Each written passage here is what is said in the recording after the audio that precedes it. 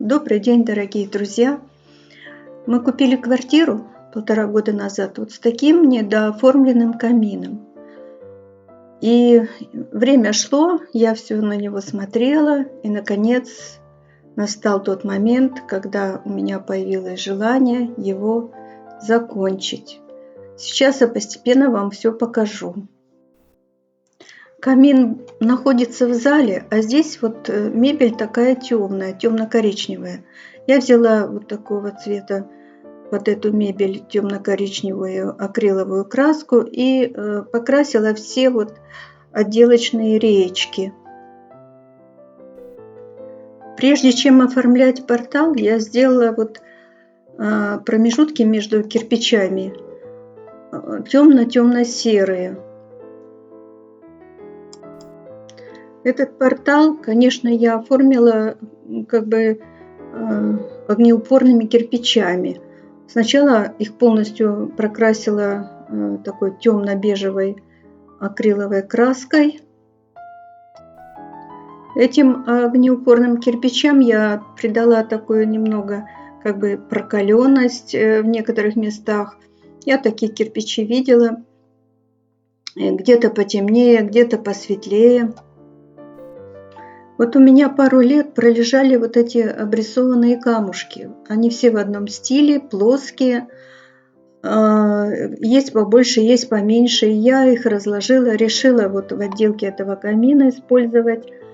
И размышляю, какие куда мне применить. Вот так я распределила мои камушки.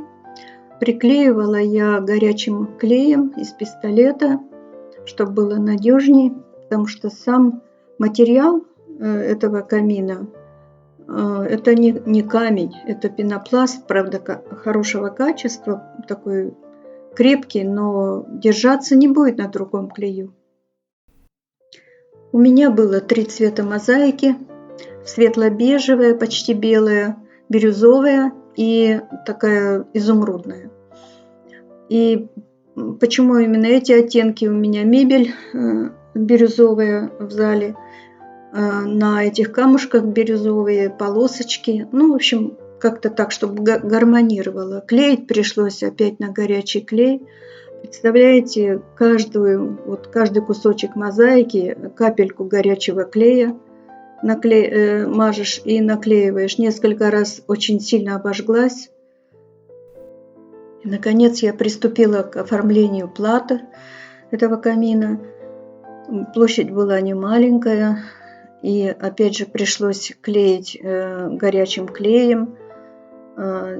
Все кусочки мозаики я смешала и брала просто все подряд.